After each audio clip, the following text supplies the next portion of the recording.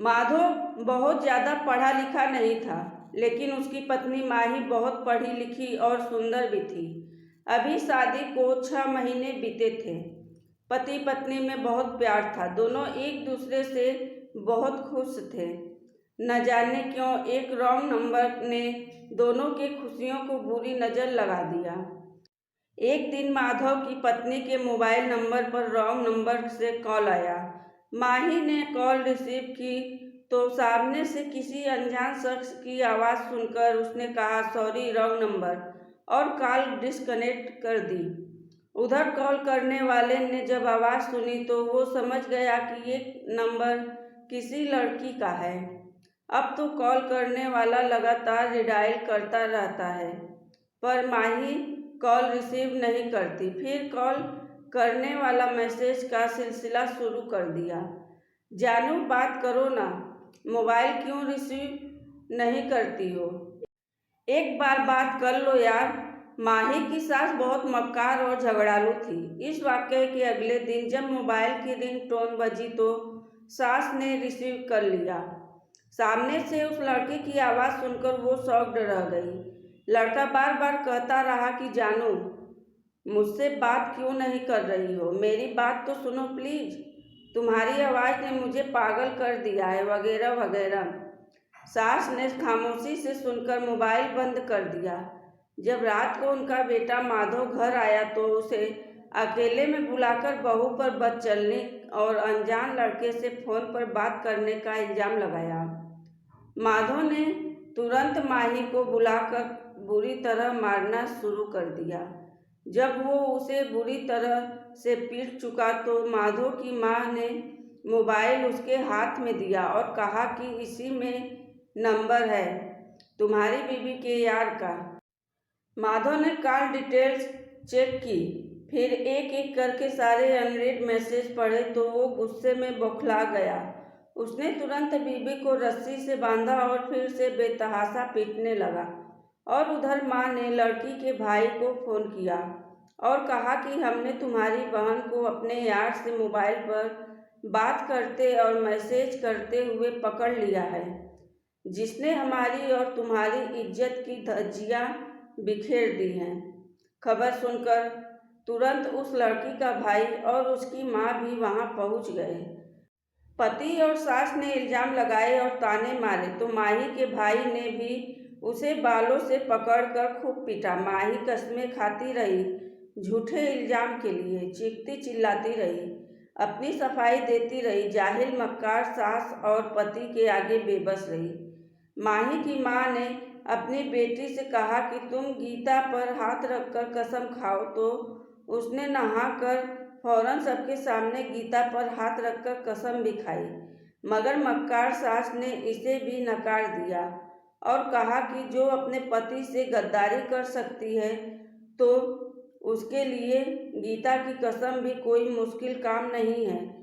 इसके साथ माधव ने वो सारे मैसेजेस उसके भाई को दिखाए जो लड़के ने लड़की को करने के लिए किए थे। सास ने मक्कार और चालाक कहकर आग पर घी डाल दिया। माही के भाई को गुस्सा आई और उसका पारा 7वें आसमान पर पहुंचा। उसने तुरंत अपनी माँ से बोला, चलो आज के बाद माही से हम लोग का कोई रिश्ता नहीं है। माही के पति और सास माही के साथ क्या करते हैं इससे हमें कोई मतलब नहीं है। इतना कहकर माही की माँ और भाई चले गए।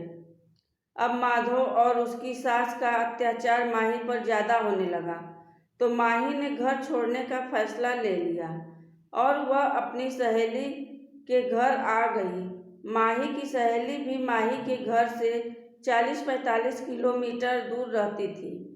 जब माही के दूसरे भाई को खबर हुई तो उसने अपने भाई भाभी और बहन के पति माधव और सास के साथ उस अनजान नंबर पर FIR दर्ज कर दी।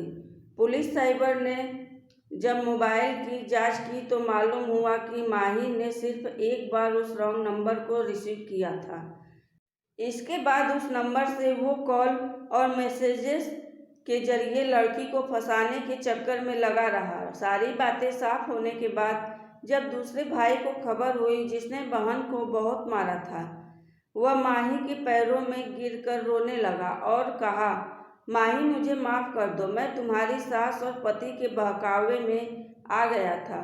मुझे तुम्हारी भी बात सुननी चाहिए थी। तब माधव ने भी कहा, हमसे गलती हो गया, अब माही घर चलो। माही बोली, कौन सा घर?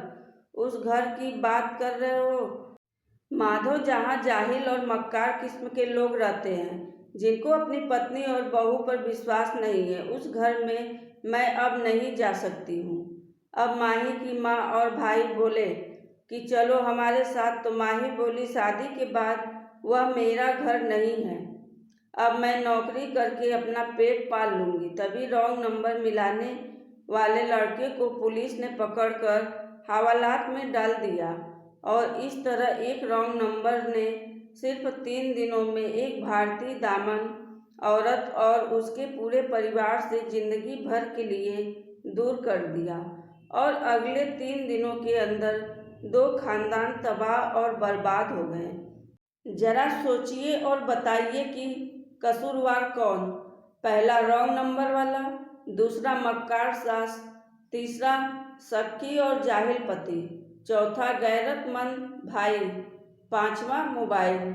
आप सब लोग गौर से सोचकर जवाब जरूर दीजिएगा। और वो पति और भाई लोग से सर्वनीय निवेदन है कि किसी भी औरत पर इल्ज़ाम लगाने से पहले सच्चाई जान ले, तब फैसला करें, क्योंकि पत्नियां और बेटियां ऐसी नहीं होती। और वो लोग जो रॉन्ग नंबर जानकर भी किसी महिला के पास फ़ोन बार बार करते हैं, उन्हें खुद समझना चाहिए कि हमारे घर में भी एक माँ, बहन, बेटी है।